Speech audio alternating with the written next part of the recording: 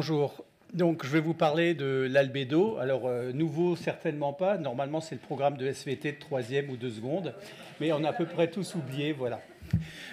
Donc, je vais vous parler de l'albédo des prairies, hein, donc, comme un autre levier pour l'atténuation du changement climatique. Alors, l'albédo, c'est quoi? En fait, c'est la proportion de lumière que réfléchit une surface. Hein, c'est une notion, c'est de la physique. Hein. Vous avez un albédo qui se situe entre 0 et 1. En général, 0, c'est toute la lumière est absorbée. C'est quelque chose de très noir, comme ces portes micro. Et un albédo de 1, c'est une surface très très blanche, de la neige très très fraîche. Et en fait, ce qu'il faut savoir, c'est que plus une surface est réfléchissante, donc plus son albédo est élevé, donc moins le sol se réchauffe et restitue moins de rayonnement infrarouge plus tard. C'est-à-dire que quand il fait très très chaud, un sol nu se réchauffe et la nuit, il fait plus chaud parce que les infrarouges sont émis avec un effet retard. Donc l'intérêt oui, je précise aussi, c'est qu'une surface végétale, elle se comporte aussi comme un miroir. Donc nous tous on réfléchit, la prairie aussi, hein, c'est un petit slogan qu'on pourrait avoir. Et donc cette surface est réfléchie plus ou moins selon le type de surface que l'on a, le type de végétal.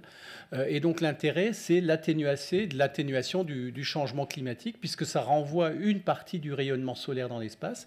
Et plus cet albédo est élevé, plus on renvoie de rayonnement et donc on réchauffe moins. Un albédo élevé, ça veut dire un effet refroidissant, pour faire simple et caricatural.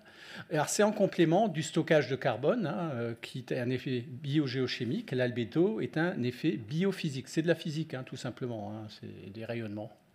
Voilà. Alors le projet Albédo Prairie, il a plusieurs objectifs. Hein. C'est la caractérisation de la variation de cet albédo, hein, dans l'espace et dans le temps, en fait, dans des prairies françaises. Et donc, en fait, on cherche à corréler ça également avec des satellites optiques à haute résolution, avec nos partenaires du CESBio. Hein. CESBio, c'est-à-dire Centre d'études spatiales bioclimatiques. Hein. C'est un consortium avec l'INRA, le CNES, Météo France et l'Université Paul Sabatier de Toulouse. Et donc l'idée, c'est bien de voir en fait si on a des leviers de maintien, d'augmentation de cet albédo pour accroître l'atténuation du changement climatique par les systèmes ruminants, on va dire en plus de sa capacité à stocker du carbone. Et donc on a 7 stations de mesure, une à l'INRA du Reux, qui est à l'INRA, et puis 6 que l'Institut de l'élevage a positionné dans les fermes expérimentales que vous pouvez voir. Hein, ça va de Trévarez, où on a un climat, on va dire, océanique très très dégradé. Et ça, c'était la petite pique, mais c'est très gentil en fait.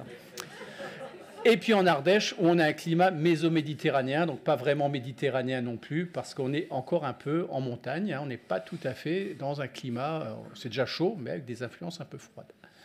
Donc on a vraiment des pédoclimats très contrastés, et c'est ça qui est intéressant, et des modalités de gestion variées en termes de pâture, avec le chargement qui va avec, et puis également de fauche.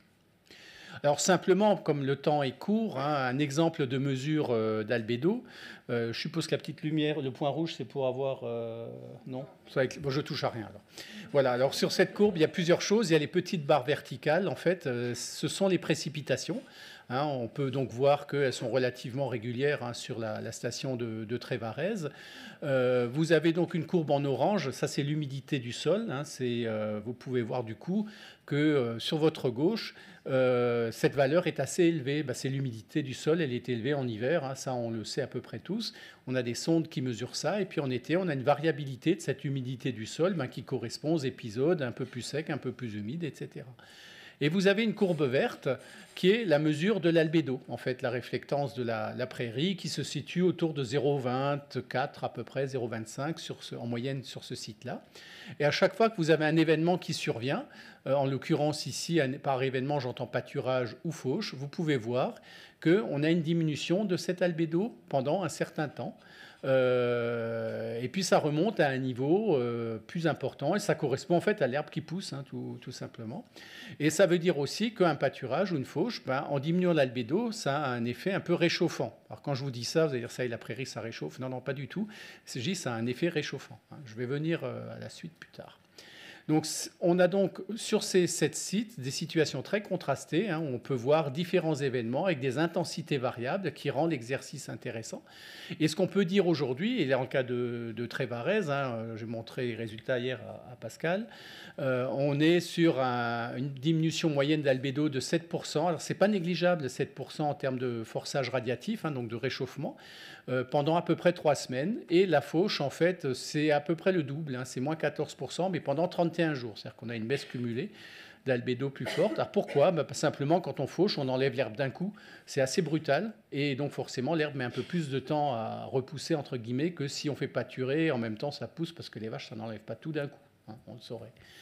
Ce qu'il faut savoir aussi, c'est qu'une prairie dégradée, on a dans les fermes expé chez qui on est, 2-3 situations avec des prairies dégradées où on a un sol qui est davantage visible. Et là, dans ce cas-là, on peut avoir ponctuellement des situations de forçage radiatif, donc d'effet réchauffant positif. Et un pâturage aussi, dans nos premières conclusions, semble moins impactant qu'une fauche, mais ça dépend aussi du chargement instantané, hein, en UGB par hectare et par jour, auquel on pondère par la part d'herbe dans l'alimentation. Ce qu'il faut aussi savoir, c'est qu'avec nos données comparées à celles de notre partenaire du CESBio, qui a fait des essais en culture, l'albédo d'une prairie reste supérieur à celui d'une culture en général, même quand on a pâturé ou fauché. En tout cas, on va dire plutôt dans le nord et dans l'ouest. Dans le sud, on va dire au Pradel, en Occitanie, ce sera peut-être un peu, je nuancerai peut-être un petit peu. En tout cas, ce qu'on peut dire, c'est que les analyses qu'on a fait jusqu'à présent montrent que, comme nous l'avaient indiqué nos collègues, nos partenaires du CESBio, c'est que la prairie a effectivement un effet refroidissant par rapport à un sol nu de référence, hein, qui nous sert de référence, puisqu'un sol est souvent plus réchauffant quand il est nu, et que les systèmes à base d'herbe ont un albédo moyen plus important, et ce qui veut dire que pendant la période où il fait chaud en été, on se retrouve avec un effet refroidissant plus important.